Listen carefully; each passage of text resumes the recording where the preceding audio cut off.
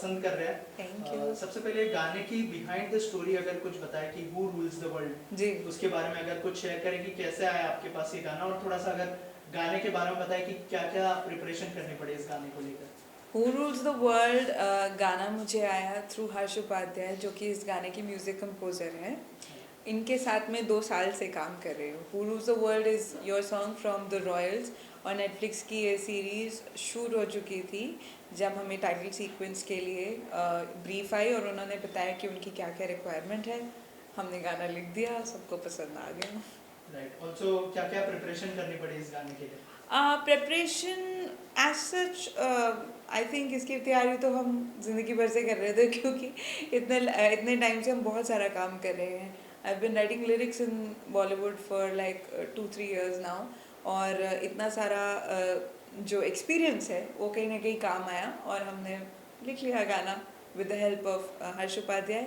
ही guided me कि उनको क्या क्या चाहिए गाने के अंदर, and we finished up the song. Also दूसरी बार आप सॉन्ग गा रही है नोरा के लिए, कैसा एक्सपीरियंस है और क्या कभी मिलने का मौका मिला या फिर बात करने का मौका मिला? अगर हाँ जी, हाँ जी, I met Nora, she is a darling. And इस बार तो नहीं, जब मेकिंग के टाइम पे हम मिले थे, बट जब फर्स्ट टाइम हमने उनके साथ गाना किया था सुल्ताना, जो कि बी हैप्पी फिल्म का गाना है जिसमें नोरा खुद एक हीरोइन है।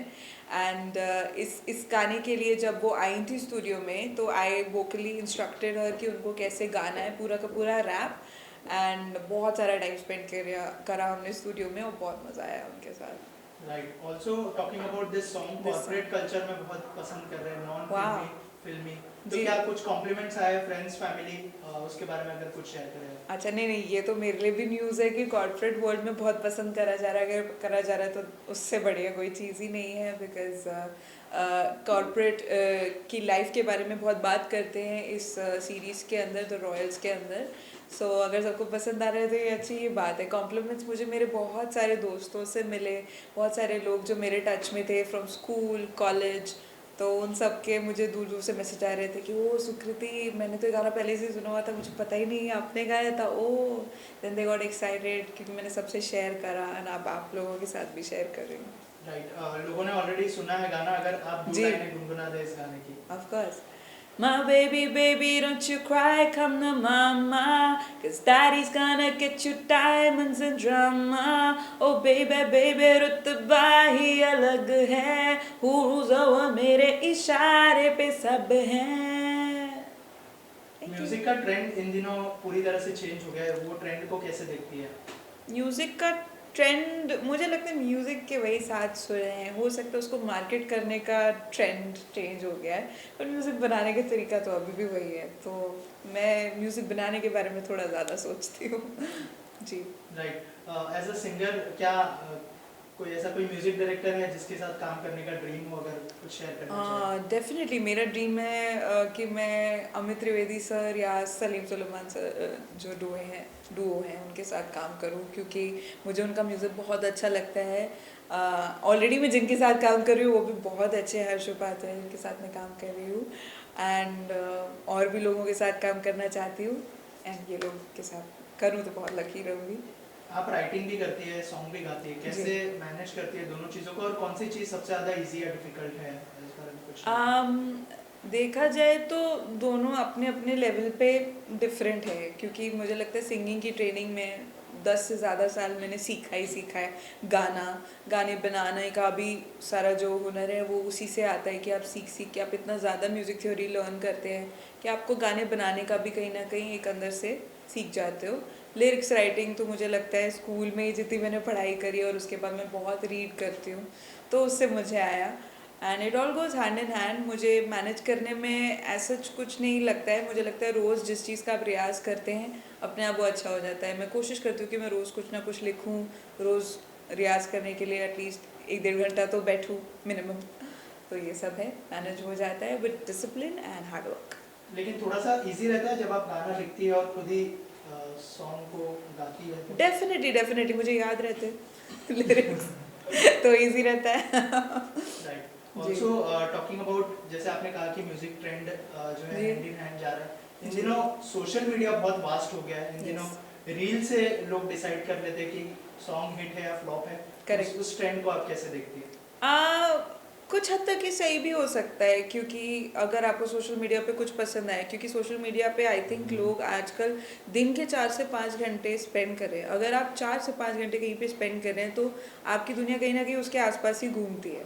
तो अगर आपको वहाँ पे कोई गाना बार बार सुनने को मिल रहा है तो इंसान को लगता है कि हाँ ये तो अच्छा है। फिर वो क्या करता है, फिर वो स्ट्रीमिंग प्लेटफॉर्म पे जाता है, फिर वो फिल्म थिएटर में जाता है, नेटफ्लिक्स पे जाता है, जहाँ भी जाता है चेक करता है कि ये गाना कहाँ से आ रहा है। तो कहीं ना कहीं गाने भी हेल्प करते हैं फिल्मों को, सीरीज़ को एक प्रमोशन देने में, और सीरीज़ गानों को देती है। तो ये hand in hand type situation है। ऑल्सो इन दिनों गाने भी बहुत सारे रिक्रिएट किए जा रहे जी। हैं, उसकी कितना फेवर में है आप, और आपको क्या इन फ्यूचर कभी कोई ऐसा कोई गाना मिलता है रिक्रिएट मैं करने के लिए तो बिल्कुल फेवर में हूँ, मैं क्यों अगेंस्ट में होगी। मुझे तो बहुत अच्छे लगते हैं पुराने गाने, और जब हम उसके अंदर अपना मॉडर्न साउंड्स को यूज़ करते हैं, मुझे ऐसा लगता है कि ऑब्वियसली टेक्नोलॉजी टाइम के साथ एडवांस होती जाती है, तो साउंड की भी रिचनेस कहीं ना कहीं थोड़ी सी बढ़ी है ओवर द ईयर्स। एंड जब वो रिक्रिएट करे जाते हैं तो मुझे ऐसा लगता है ऑडियो की डेप्थ बढ़ जाती है। अगर अच्छे से निभाया गया है और अच्छे से बनाया गया है तो पुराने गाने जब रिक्रिएट होते हैं तो बहुत अच्छे साउंड करते हैं, और मुझे भी बहुत अच्छा लगेगा इस तरह का गाना गाने के लिए। और इंडियन और वेस्टर्न म्यूजिक की अच्छी खासी आप समझ रखती जी। हो, तो उससे कितना फायदा होता है, स्पेशली जो इस तरह के गाने जो काफ़ी यूथ सेंट्रिक होते जी हैं? हाँ, बहुत फ़ायदा होता है एक्चुअली, क्योंकि मेरे इन्फ्लुएंसेस बॉलीवुड और हॉलीवुड दोनों के हैं, राइट। तो जब उनको इस तरह का ब्लेंड चाहिए होता है तो मैं उसको डिलीवर कर पाती हूँ। हिंदुस्तानी क्लासिकल और वेस्टर्न क्लासिकल दोनों में ही वही सात सुर हैं, बट उसके नाम अलग अलग होते हैं। बट जब उनको अप्लाई करने जाते हैं और उन दोनों की हमें नॉलेज होती है तो मुझे ईजी पड़ता है कि मैं उन चीज़ों को जल्दी एग्जीक्यूट कर सकूँ। ये गाना इतना अच्छा है ना, इसमें लेयर भी बहुत सारे हैं, जी। तो थोड़ा सा कुछ बताना चाहें? इस गाने के लेयर, वोकल लेयर्स की बात कर रहे हैं कि मतलब डेप्थ की बात कर रहे हैं? तो एक्चुअली गाने का लिखने के लिए हमको बहुत अच्छे से स्टोरी से वाकिफ़ कराया गया था, तो उसकी वजह से हम उसको बहुत अच्छे से लिख पाए। लाइक जो फर्स्ट लाइन है, आई थिंक वही अपने आप में मेरी फेवरेट है, क्योंकि it says my baby baby don't you cry come to mama because dad is gonna get you diamonds and drama. I mean कोई सेंस नहीं है डायमंड्स एंड ड्रामा ये साथ में क्या चल रहा है, बट एक्चुअली क्योंकि फिल्म के अंदर आप सीरीज़ के अंदर जब हम बात करते हैं तो ईशान खट्टर का जो कैरेक्टर है वो एक रिच स्पेस में पैदा हुआ है, कहीं ना कहीं एक पेरेंट्स की पैम्परिंग में पैदा हुआ है, and he has all the luxuries. But जब इंसान बहुत प्रिविलेजेस के साथ पैदा होता है तो उसकी स्ट्रगल्स के बारे में कोई नहीं समझ पाता, क्योंकि सबको उसका ग्लैम और ग्लिट्स दिखाई देता है। तो हम बात कर रहे हैं डायमंड्स की और ड्रामा की। ड्रामा मतलब कि जो उनके अपने इंटरनल स्ट्रगल्स हैं, जो सीरीज़ के अंदर भी बहुत अच्छे से पोर्ट्रे करे गए हैं। सो या एंड उसी तरह से पूरे उसमें रैप से 2 रैप्स हैं। एक रैप डेडिकेटेड है to Bhumi Pednekar's character and the other one is dedicated to Ishaan Khatter's character. तो दोनों के कैरेक्टर्स के बारे में बहुत डीप में बात करी थी। सॉन्ग को लेके कुछ तो ब्रीफ हुआ होगा, लेकिन जी। इसके अंदर जो है वेस्टर्न और इंडियन को जो मिक्स किया है जी। बहुत अच्छी लगी। किस तरह का ब्रीफ था, क्या इंडियन था या दोनों को मिक्स करने की पहले से ब्रीफ आई थी? नहीं, ये सारा डिपार्टमेंट तो मेरे म्यूज़िक डायरेक्टर हर्ष उपाध्याय का था। उनका आइडिया था कि इस तरह का गाना बनाते हैं। उन्होंने वेस्टर्न स्टाइल में मुझे लिखने को कहा, और म्यूज़िक में उन्होंने बहुत सारे राजस्थानी सारंगी के एलिमेंट्स वगैरह डाले, और बीच में बोलताल भी चलती है, तक दिन बीच में चलता रहता है, तो उससे बहुत अच्छा एलिमेंट आता है इंडियन का। क्योंकि यहाँ पे राजस्थान के म्यूज़िक की बात हो रही है तो राजस्थानी इन्फ्लुएंसेस, फोक इन्फ्लुएंसेस बहुत अच्छे से उन्होंने इनकॉर्पोरेट किया। इसका पूरा क्रेडिट हर्ष उपाध्याय को जाता है। स्तुति, ये भी जानना चाहूँगा कि रैपिंग की अगर बात करें तो जी। मेरे पास तो काफ़ी नोन है, काफ़ी ज़्यादा भी है, लेकिन Absolutely। फीमेल रैपिंग में जी। अभी भी बहुत स्कोप है जी। अगर देखा जाए तो। और क्या आपको लगता है कि वो एक बड़ी बढ़िया चीज़ है जो आपने एक अलग सी यूएसपी से एक और सक्सेस की सीढ़ी आप ज़्यादा से तेज़ी चढ़ सकती है? मैं- फीमेल रैपर्स है। मुझे ऐसा लगता है एज अ म्यूजिशियन आपको जितने टैलेंट्स हों आपके उतने कम हैं, क्योंकि आप मल्टीपल स्ट्रीम्स में अच्छे होते हैं तो आप एक मतलब वेल राउंडेड थॉट को प्रेजेंट कर पाते हैं। जैसे मेरे को अगर लिखना भी आता है और गाना भी आता है तो मैं उस थॉट की क्लैरिटी को और ज़्यादा अच्छे से निभा सकती हूँ। कभी कभी मुझे ऐसा लगता है, हालांकि मतलब डिबेटेबल है। और सॉरी मैं क्वेश्चन भूल गई, क्या बोल रही क्वेश्चन थी? ये था कि बहुत कम फीमेल रैपर्स हैं इंडिया हाँ, में, जी। तो I think you are one of those. Yes, yes, that's yes. A great thing. Correct, तो correct. उसको किस तरह से देखते हैं आप? नहीं एक्चुअली वही, हाँ करेक्ट, जो मैं कह रही थी कि मुझे मल्टीपल जो टैलेंट्स है कि लिखना भी जानती हूँ, गाना भी जानती हूँ, एंड नाउ मुझे नहीं पता था कि रैप कोई अलग चीज़ है, मैं तो वो भी गा ही रही थी मेरे हिसाब से। तो अगर उसको रैप एक सेपरेट कैटेगरी की तरह समझा जा रहा है और वो मेरा एक प्लस पॉइंट बनता है, तो मैं खुशी हूँ, अच्छी बात है। जो मतलब म्यूज़िक मेरे लिए एक मीडियम है अपने आप को एक्सप्रेस करने का, आपको किस भी वे में अच्छा लग रहा है मैं खुश हूँ। जो चाहिए वो मैं प्रेजेंट करने को तैयार हूँ। एज एन एंटरटेनर मेरी ड्यूटी है कि मैं आप सबको एंटरटेन करूँ in any way that you would like. We also heard that there's these जी। other things also coming up. Is that okay for you to speak away about that? Unfortunately, I am not allowed to talk about these things, but soon you will see a lot of things coming from our end. We're working very hard, and I hope I can share them with you very soon. Also बहुत सारे reality shows में भी हमने देखा है कि singers अभी बहुत सारे आ रहे हैं, जी। तो उसको कैसे देखती है आप? क्योंकि रियलिटी शोज के सिंगर को ज्यादातर हमने देखा है कि काम नहीं मिलता है, तो ओह। अगर कुछ शेयर करना चाहे आप उसके बारे में क्या? एक्चुअली मेरे नॉलेज में तो रियलिटी शोज़ के 2-3 फ्रेंड्स हैं मेरे, और मेरे हिसाब से उनको काम मिलता है। हो सकता है कि आप प्लेबैक की बात कर रहे हैं, राइट?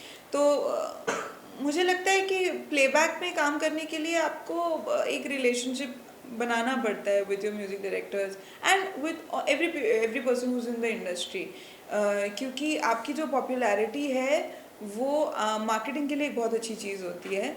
तो कभी कभी लोग उनके साथ काम करते हैं for popularity reasons, but also having a good relationship with music directors who working very hard, जो बहुत अच्छा काम कर रहे हैं, उनसे भी एक रिलेशनशिप मेंटेन करना और अपने आप को even if you have done very well, अपने आप को पिच करना, अपने आप को बताना कि मैंने ये काम किया है, you know I am from here and here, तो आप मेरे साथ काम करना चाहेंगे कि नहीं? काम करने से काम बनेगा।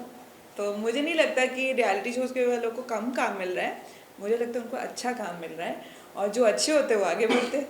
अच्छा, इसका कंटिन्यूएशन में मैं एक सवाल पूछूंगी कि रियलिटी शो की बात हुई जी। बट हम सबको पता है कि playback singing is a different ball game altogether and stage singing is different, so maybe that is the reason आपको ऐसा लगता है कि वोकल टेक्सचर जो है, जी। जो वोकल ट्रेनिंग होता है वो जी। बहुत मैटर करता है प्लेबैक सिंगिंग के लिए, जी। और स्टेज शोज के लिए रियलिटी शो का जो प्लेटफॉर्म मिलता है पॉपुलैरिटी वो मैटर करता है।